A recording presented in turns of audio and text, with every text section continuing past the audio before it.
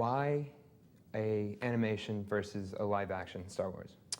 Well, the Clone Wars are basically a footnote in the saga of Anakin Skywalker. Excuse me. The Clone Wars are basically a footnote in the saga of Anakin Skywalker. And that's what the features are about. It's really about Anakin and about his son. And it's very narrow focused. And it's about his descent into the dark side.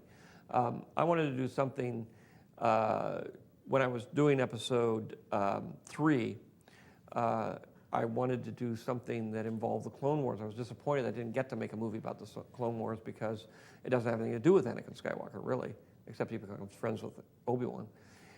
So we decided to do a little animated show for Cartoon Network with very talented animator Gindi.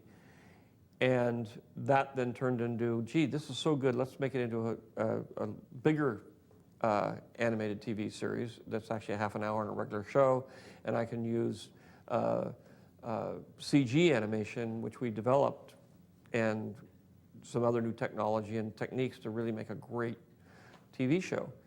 Then I saw it on the big screen as the first images came across, and I said, this is fantastic. This is too good to be a TV show. This should be a feature film.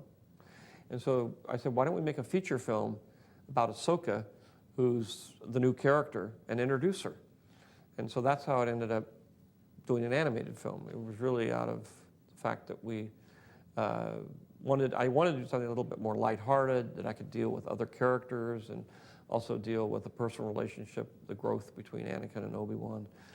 But it turned into an animated feature film.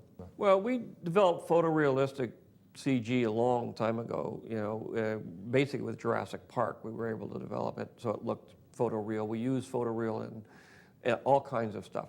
We also, since really Phantom Menace, we have photoreal actors who look exactly like the real actors. And we use them interchangeably, and most people don't know the difference. They don't act. They usually do stunts because it's very hard to get computer animation to act. It doesn't know how. So you need very talented actors to do the voices. You need very talented actors to be the animators. It's much easier just to use an actor.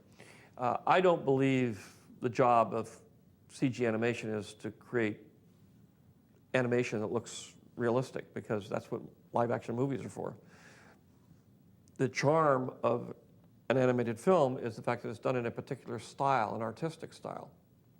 In this case, we went retro into the 50s and 60s and used the style of Jerry Anderson, who did a TV series during that period called Thunderbirds. And they were marionettes. And so you'll notice on this thing, you see the paint on the characters. They've been painted. They're painted characters or not. And they're very, very, very stylized. And I think that's what animation does best. It's the thing that it can do that live action can't do. And so we moved technology forward in a lot of different ways to be able to get very, very high quality for very limited resources, which is what you have on television.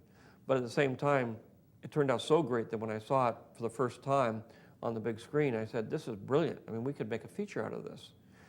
And so we decided to do a feature about Ahsoka, and that's how it ended up being a feature film.